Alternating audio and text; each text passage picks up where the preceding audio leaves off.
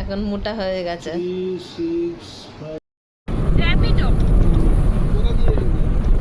তুলবো জামা কাপড়গুলো।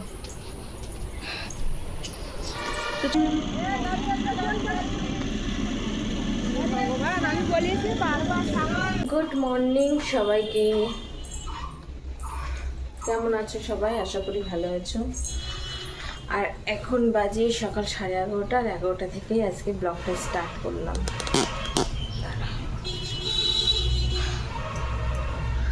তো আজকে সকালবেলা সব কাজকর্ম করে নিয়েছি।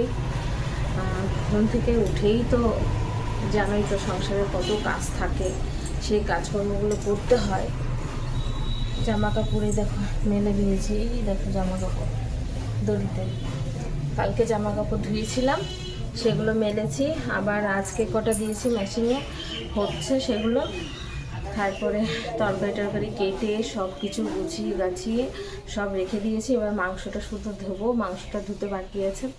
আর আজকে আমাদের রান্না হচ্ছে মাংস আর ডিমের ঝোল, আর হচ্ছে তোমার ঘ্যাটকল বাটা। আর কালকে গাড়ি লোটে মাছ আছে, কালকে লোটে মাছটা বানিয়েছিলাম, এত সুন্দর টেস্টি হয়েছিল জানো না, খুব সুন্দর টেস্টি হয়েছিল। তো কালকে লোটে মাছটা বানিয়েছিলাম, সেই লোটে মাছ আছে। আর মেয়ের তো খুব ফেভারিট লোটে মাছ। তো মেয়ে আসবে, আজকে আসবে, হয়তো দুপুরবেলা আসবে মেয়ে। তো লোটে মাছ আছে, মাংস আছে, হয়ে যাবে। কখন থেকে ভাবছি ব্লগ স্টার্ট করবো, আর কি গরম, প্রচণ্ড গরম লাগছে, একটা ভাবসা গরম। এই যে রোদ উঠে গেল, এবার আমার কাজ করতে কষ্ট হবে। ঘরটা মোছা হয়নি, তা ভাবছি যে মাংসটা বসিয়ে দিয়ে তাই ঘর মুছবো। তো ভাবলাম চলো আগে ব্লগটা স্টার্ট করি। আজকে ব্লগ স্টার্ট করা হয়নি, ব্লগ স্টার্ট করি, তারপরে হচ্ছে তোমার কাজে হাত দেবো। কিসব চলে গেল চেম্বারে। আজকে আবার বান্ধবীর বাড়ি যেতে হবে কাঁঠাল দিয়ে আসতে। আজকে মেয়ে আসলে আমার অনেক কাজ আছে, মেয়ে আসলে মেয়েকে নিয়ে বেরোতে হবে, একটু অনলাইনে যাব। আর জানো তো সেদিন কি বলতে চাইছিলাম, না যাই হোক, তো এই কাজগুলো আছে, তো দেখা যাক কি হয়। তো চলো রান্নাবান্না করি, তারপরে আবার আসছি। চলে আসলাম রান্নাঘরে। আর ঝটপট করে রান্নাটা করে নিতে হবে, কারণ আজকে ওই যে বললাম অনেক কাজ আছে, কারণ মেয়ে আসবে। আর মেয়ের সঙ্গে তো মেয়েকে তো একটু টাইম দিতে হবে না, যেহেতু ও কিন্তু অনেক দিন পর আসছে। সেই কালী পুজো হয়েছিল আমাদের বাড়ি, তখন মেয়ে এসেছিল, তার মধ্যে কিন্তু মেয়ে আর আসেনি, আর মেয়ে আসার টাইমও পাচ্ছে না। তো আজকে আমাদের নিয়ে এসছে দেশি চিকেন। মেয়ে তো মটন খায় না, মটন খেলে হয়তো মটন আসতো, কিন্তু ও মটন খায় না, আর যার জন্য মেয়ের জন্য দেশি চিকেন আনা হয়েছে। কিন্তু একটা প্রবলেম, মেয়ে যদি জানতে পারে যে এটা দেশি চিকেন, তাহলে কিন্তু ও খাবে না। এর জন্য মেয়েকে আর বলিনি। মেয়ে জিজ্ঞাসা করছিল যে কি রান্না করছো, তা আমি বললাম যে মানে মানে মাংস যখন ও দেখেছে তখন বলছে মা এটা কিসের মাংস। ও তো আসার আগেই আমার রান্না হয়ে গেছে, তাই আমি বললাম এটা চিকেন। তা বলছে দেশি। আমি বললাম না না দেশি না, কিন্তু এটা কী বলতো ওই কয়লা মুরগি আছে না, সেই কয়লা মুরগিটা কালো ছিল, আর এত লোম ছিল। আমার বাঁচতে বাঁচতে যে কতক্ষণ টাইম লেগে গেছে তার কোনো ঠিক ঠিকানা নেই। অনেকক্ষণ ধরে, হয়তো ভিডিওতে তোমাদের শর্টকাটে দেখিয়ে দিলাম, কিন্তু অনেকক্ষণ ধরে কিন্তু আমি এই লোমগুলো বেছেছি। আর ভালো করে মাংসটা না ধুলে না আমি খেতে পারি না। মাছ মাংস আমার একদম ধুয়ে সাদা সাদা হয়ে যাবে, তারপরে কিন্তু আমি সেটা খাবো। আগে কিন্তু আমি এত ভালো করতে পারতাম না। বলে না যে ছোটদের থেকে অনেক কিছু শেখার আছে, তো আমার মেয়েই একটা একটা করে ধরে ধরে শিখিয়েছে, মানে একটা একটা মাংস ধোবে। আগে আমি একসঙ্গে নিতাম, নিয়ে ধুতাম, কিন্তু বেছে বেছে নিতাম, কিন্তু একসাথে নিয়ে ধুতাম, কিন্তু এখন আমি একটা একটা করে ধুই। যাই হোক, এবারে এই মশলা টশলাগুলো করে নিচ্ছি। আর মেয়ে বেশি ঝাল খায় না, এর জন্য বেশি ঝালও দেবো না। আর আমি যতবারই রান্না করতে যাই ততবারই না বেশি ঝাল হয়ে যায়, কেন জানি না। আগে আমি একদমই ঝাল খেতে পারতাম না, আর এখন যে পরিমাণে আমি ঝাল খাওয়া শিখে গেছি। আমার মেয়ে তো শুধু বলে তুমি পাপার থেকেই শিখেছো ঝাল খাওয়া, পাপায় ঝাল খায় ওর জন্য তুমি ঝাল খাও। আগে কিন্তু আমি এত ঝাল খেতাম না জানো তো। যাই হোক, এবার আলুটা ভেজে নিলাম। আলুটা একটু লাল লাল করে ভাজবো, কারণ লাল লাল করে আলুটা ভাজলে না আলুটা খুব সুন্দর টেস্টি হয়। আর মাংসের আলু তো দারুণ লাগে। আমি তো একটু আলু খেতে পছন্দ করি, আমার মেয়েও পছন্দ করে, আমার ছেলেও খুব পছন্দ করে আলু খেতে। ও, ছেলের কথা বলতে বলেই দিই, অনেক দিন হয়েছে ছেলেকে নিয়ে তোমাদের সঙ্গে কিছু বলাই হয়নি। জানো তো, এখন আমার ছেলে একটু ভালো জায়গায় আছে। আমার ছেলেকে নিয়ে এখন আর টেনশানই নেই, মানে আমি এখন আর চিন্তা করি না, কারণ সব থেকে বেস্ট জায়গায় রয়েছে, যার জন্য আমার কোনো অসুবিধা নেই। আগে কিছুদিন আগেও আমি আমার ছেলেকে নিয়ে প্রচুর টেনশান করতাম, তোমাদেরকে ভিডিওতে বলতাম যে খাবার অসুবিধা, এর অসুবিধা, কিন্তু এখন ঠাকুরের ইচ্ছায় কোনো অসুবিধাই নেই, সব কিছু ওর ঠিকঠাক চলছে। এখন আর আমাকে আমার ছেলেকে নিয়ে টেনশন করতে হয় না। সত্যি কথা বলতে এখন আমি অনেক ঝাড়া হাত পা হয়ে গেছি। এখন ওরা বড় হয়ে গেছে, এখন ধরো মেয়েও বড় হয়ে গেছে, ছেলেও বড় হয়ে গেছে।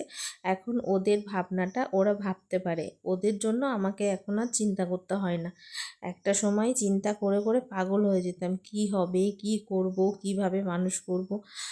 তো উপরে বলে না ভগবান আছে, ভগবান যখন যখন যেরকম পরিস্থিতিতে ভগবান সেই জায়গাটা ঠিক তৈরি করে দেয়, তো ভগবান সেই রাস্তাটা ঠিক তৈরি করে দিয়েছে।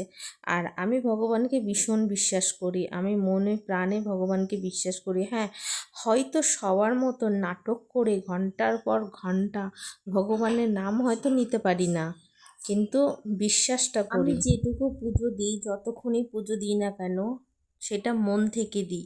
আমার মনে হয় যে মন থেকে তুমি যদি ঠাকুরকে ডাকো, তাহলে কিন্তু মানে ঠাকুর তোমার ডাকে সাড়া দেবে। এটার প্রমাণ না আমি অনেকবার পেয়েছি। আমি এমনিতে মা কালীর ভীষণ ভক্ত, জানো তো, মা কালীর ভীষণ ভক্ত। আর আমি সবসময় হচ্ছে মানে মাকে সবসময় ডাকি, এবং আমার আরও কিছু ঠাকুর আছে বজরংবলী, সেগুলোকেও আমি ডাকি। বা আমি কিন্তু সব ঠাকুরকেই পুজো দিই, আমার সিংহাসনে সব ঠাকুরই আছে, সেটা তোমাদের অবশ্যই দেখাবো। দেখো, তোমাদের সাথে গল্প করতে করতে এদিকে আমার চিকেন কিন্তু কষা হয়ে গেল। আর মাঝে একটা ফোন এসেছিল, সেই ফোনে কথা বলতে বলতে তোমাদের সঙ্গে আর শেয়ার করা হয়নি যে মশলাটা তখন কষাচ্ছিলাম। আর এখন দেখো অনেকটাই চিকেন হয়ে গেছে। তো চলো একেবারে রান্নাবান্না হয়ে যাক, ফাইনালটা তোমাদের সঙ্গে শেয়ার করছি। কষানো হয়ে গেছে, এবার আলু দিয়ে জল দিয়ে দেবো। চলো এবার ফাইনাল লুকটা শেয়ার করবো। এখন বাজে 2টো, আর আমার রান্নাবান্না সব কমপ্লিট। মেয়ে এখনও আসেনি, জামা কাপড় খুলে নিয়ে আসি।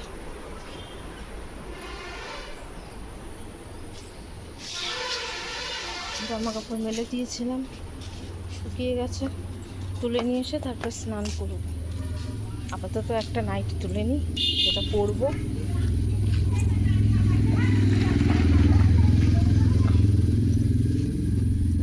কালকের থেকে আবার ফুল তুলতে হবে, আজকে আমাবতী কেটে যাবে, কালকে থেকে তুলবো। আপাতত নিয়ে যাই, তারপরে স্নান করে নিয়ে তারপরে তুলবো জামা কাপড়গুলো। তো চলো বন্ধুরা, স্নান করে নিই, পরে তুলছি। নাইটি পরতে হবে, ওর জন্য নাইটি নিয়ে নিলাম। আমরা বাঙালি, আর নাইটিই তো আমাদের সব থেকে প্রিয়, না বন্ধুরা?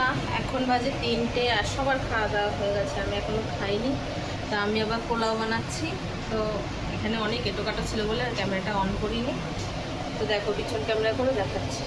দেখো আমি পোলাওটা বসিয়ে দিয়েছি, এখনও তো হয়নি, জানি না কি হবে। এখন এটা স্টিম দেব।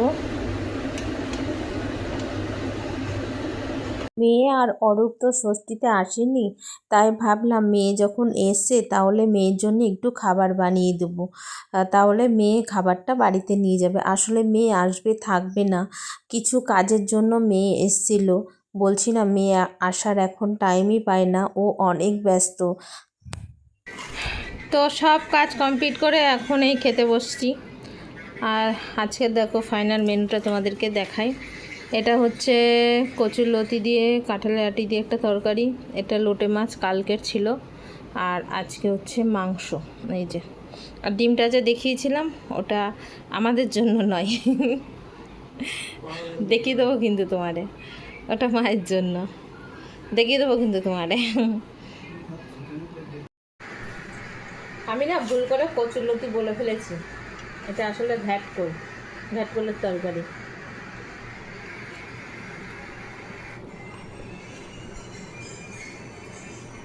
মা আসছে এখন 3:30 বাজে, কখন আসবে ঠিক নেই, ওই জন্য খেতে বসে গেছে।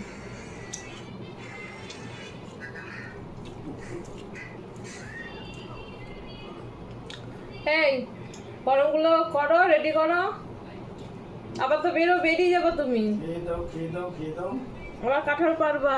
খেয়ে দাও।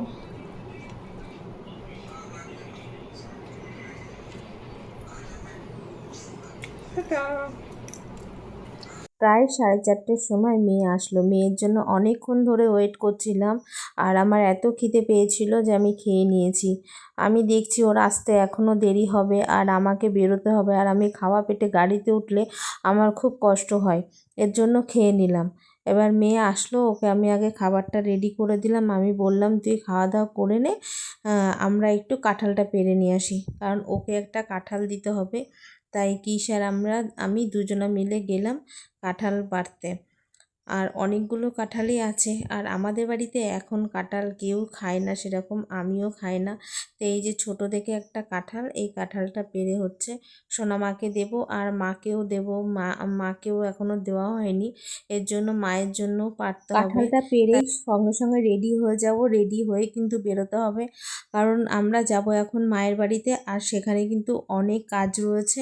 আর যেহেতু আমাদের ওখানে একটা ভাইপো আছে আমার, সেই ভাইপোটা অনলাইনে কাজ করে, তাই অনলাইনে প্রচুর কাজ আছে, মেয়ের আছে, আমার আছে।